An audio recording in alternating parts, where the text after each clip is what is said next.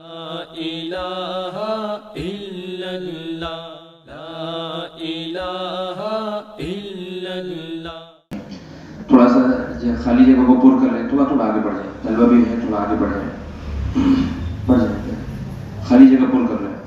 اب درخواست کرتے ہیں مفتی صغیر صاحب متظلہ سے کہ مجھ سے اب تشریف لیں, مختصر بات کر کے دعا فرمائیں.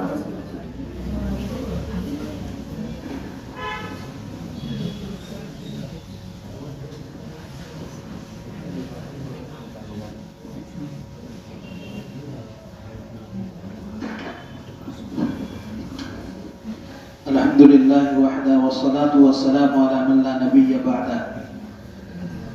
حضرت پیر صاحب کی شخصیت وہ پوری دنیا کے اندر مشہور ہے. اللہ تعالیٰ نے ان کو ایک عجیب روحانیت ان کے اندر تھی. وہ آدمی جو زبان سے اس کو بتا نہیں سکتا ہے, جو ان کی صحبت اختیار کیا یا ان کی مجلس میں رہا تو ہی جان سکتا ہے وہ کیسی شخصیت تھی. ہم لوگ حج میں گئے تھے 2014 میں, تو ایک دن قاری حسان صاحب رحمۃ اللہ علیہ جو شیخ زکریا رحمۃ اللہ علیہ کے خلیفہ تھے, ان کا گھر مکہ مکرمہ میں ہے, وہی وہ رہتے تھے. تو ہم لوگ ان سے ملنے کے لیے ان کے گھر پر بیٹھے ہوئے تھے, اور کئی علماء کرام تھے. تو وہاں پر پیر صاحب کی بات چل رہی تھی. تو ایک یو پی کے ایک عالم وہ بھی مکہ میں رہتے تھے. تو ہم لوگوں نے کہا کہ پیر صاحب سے ملاقات کرنی ہے. تو اپنا نمبر دیے کہ آپ لوگ رابطہ میں رہے, جب وہ آئیں گے تو آپ لوگوں سے ملاقات کی ترتیب بنے گی. ہم لوگ بہت پورے سفر میں کوشش میں تھے. تو ایک دن ہم لوگ 12 بجے رات میں حرم سے اپنے کمرے میں گئے. عزیزیہ دور ہے حرم سے. 12 بجے رات کمرے میں پہنچے تو اس عالم کا فون آیا کہ پیر صاحب جو ہے حرم میں آئے ہوئے ہیں, آپ لوگ جلدی آئیے اگر ملنا ہو. تو ہم لوگ یہ سوچ رہے تھے اگر ابھی یہاں سے جائے تو 1-1.5 گھنٹہ جانے میں لگے گا. تو ان سے ہم لوگوں نے کہا کل ہم لوگ مکمل جو ہے پیر صاحب سے ملنے کے لیے اپنے وقت کو فارغ کر کر وہی ان کے انتظار میں رہیں گے. تو دوسرے دن ہم لوگ تیاری میں تھے. تو ان سے بات ہوئی تو پتہ چلا کہ پیر صاحب مدینہ منورہ چلے گئے, اور حج کے بعد کا وقت تھا. 2-3 دن باقی تھی, ہم لوگ 3-4 دن باقی تھا ہم لوگ کی واپسی کے. تو پھر ہم لوگ سوچے کہ اب تو ملاقات نہیں ہوگی. تو ہم لوگ ایک دن جو ہے اب آخری وقت ہے, ہم لوگ سوچا کہ طواف کا موقع تو دنیا میں اور کہیں نہیں ملے گا. تو ہم لوگ ایک دن صبح سے لے کر شام تک رات 12 بجے تک 10 طواف کیے ہم لوگ, یعنی 70 چکر بیت اللہ کا لگائے. تو 10 طواف پورا ہوا تو اس وقت رات 12 بج رہا تھا. تو طواف کے بعد مقام ابراہیم کے طرف ہم لوگ آئے 2 رکعت واجب الطواف پڑھنے کے لیے. تو ہم نے دیکھا کہ کچھ لوگ بھیڑ لگائے ہوئے ہیں. تو قریب گئے تو جا کر دیکھا کہ وہاں پیر صاحب تھے, وہ مدینہ منورہ سے آ کر عمرہ کر رہے تھے. اور وہ بھی طواف کرنے کے بعد وہ بیٹھ کر 2 رکعت نماز پڑھ کر زمزم پی رہے تھے. ہم لوگوں کو پتہ چلا تو ہم بالکل جو ہے ان کے کرسی کے قریب چلے گئے. وہ زمزم پی کر گلاس بڑھا رہے تھے تو ہم گلاس لے کر ان کے بچا ہوا پانی پی لیے. اس کے بعد پھر جو ہے زمزم پینے کے بعد وہ تھوڑی دیر دعا کیے, 5 منٹ کے قریب. ایسی دعا جو پتھر دل بھی جو ہے ایسے نرم ہو جائے, ایسی زبردست دعا. ہم لوگ کی ساری تھکاوٹ جو ہے, صبح سے ہم لوگ 10 طواف کر رہے تھے, یعنی 70 چکر لگانا یہ آسان نہیں ہے. وہ تو ہم لوگ ایک جذبہ میں تھے, لیکن ان کی دعا میں شریک ہونے کے بعد وہ ساری تھکاوٹ دور ہو گئی. وہ ایسی زبردست دعا کرا رہے تھے, اے اللہ آج آپ نے ہمیں زمزم پلایا ہے, کل قیامت کے دن نبی کے ہاتھ سے ہمیں جامع کوثر نصیب فرما دیجئے. ایسے واسطہ دے کر وہ دعائیں کرتے تھے کہ پتھر دل بھی جو ہے ایک دم پگھل جائے. پھر جو ہے ہم لوگ کی ساری تھکاوٹ ختم ہو گئی.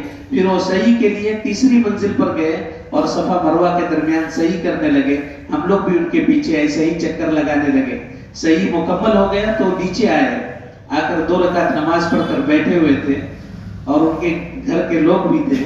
تو ہم ان کی کرسی کے قریب گئے. بہت سارے ان کے خدام اور ملنے والے تھے, تو مشکل ہوتا ہے ملنا. تو ہم ان کے قریب گئے اور جا کر گئے, حضرت کہ آپ سے ہم کو الگ سے ملنا ہے.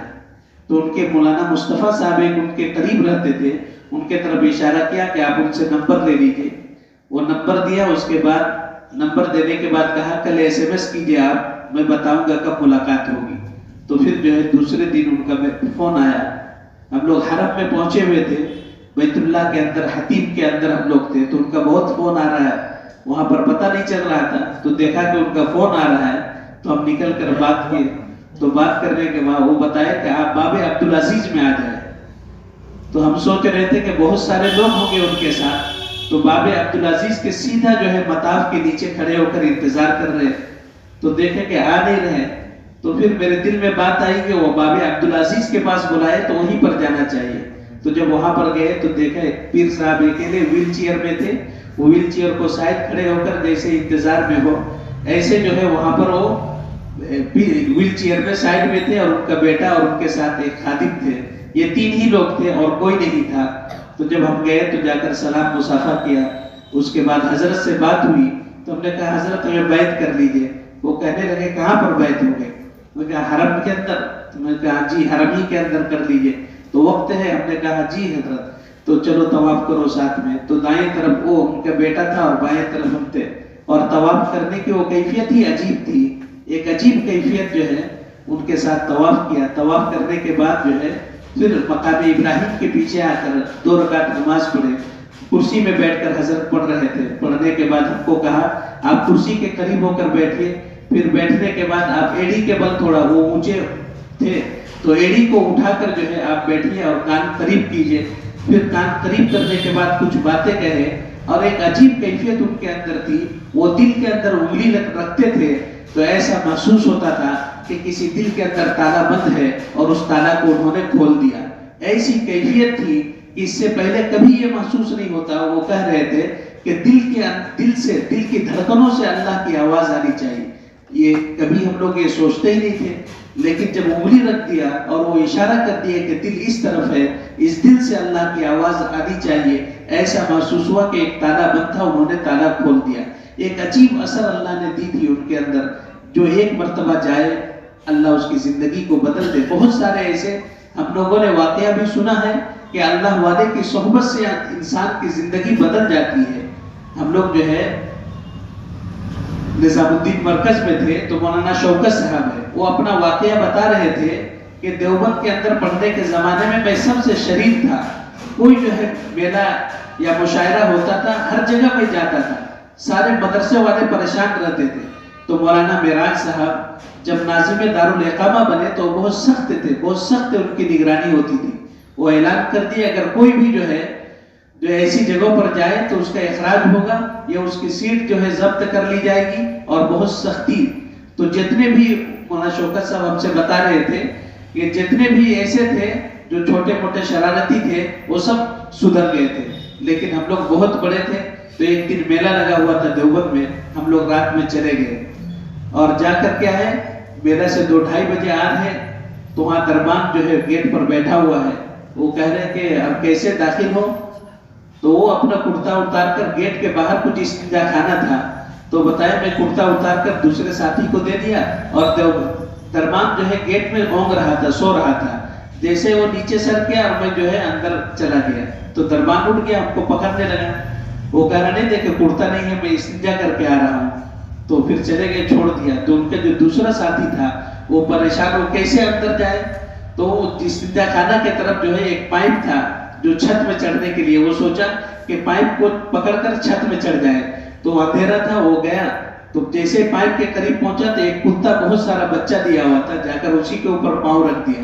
اب سب کتا چلانے لگے تو دربان اٹھ کر آیا تو دیکھا کہ یہ ہے، اب ان کے ہاتھ میں کرتا ہے، ان کو پکڑ لیا اور ان کا شناختی کارڈ جو دارالعلوم کا ہوتا ہے وہ بھی لے لیا۔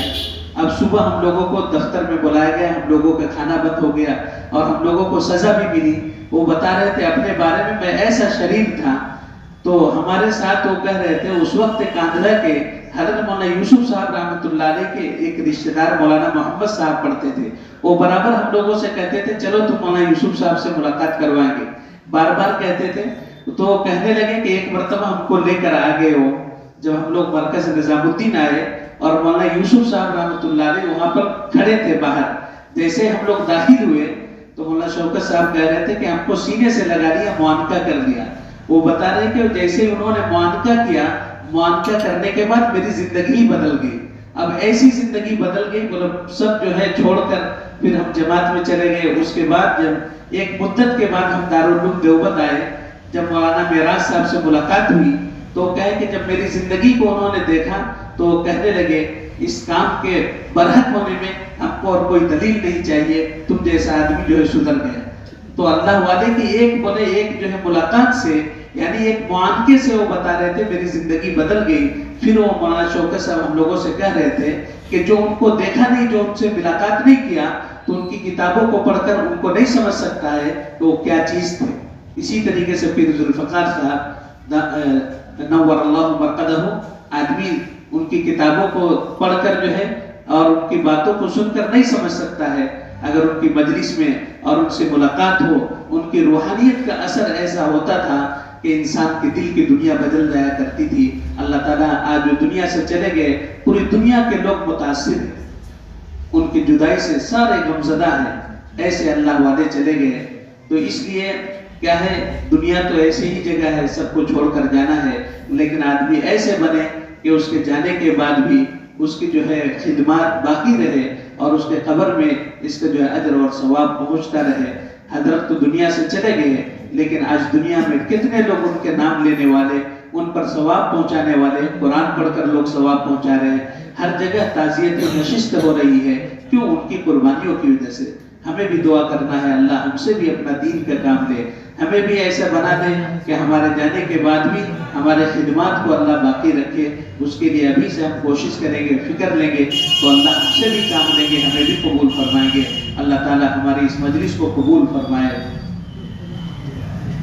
دعا کریں۔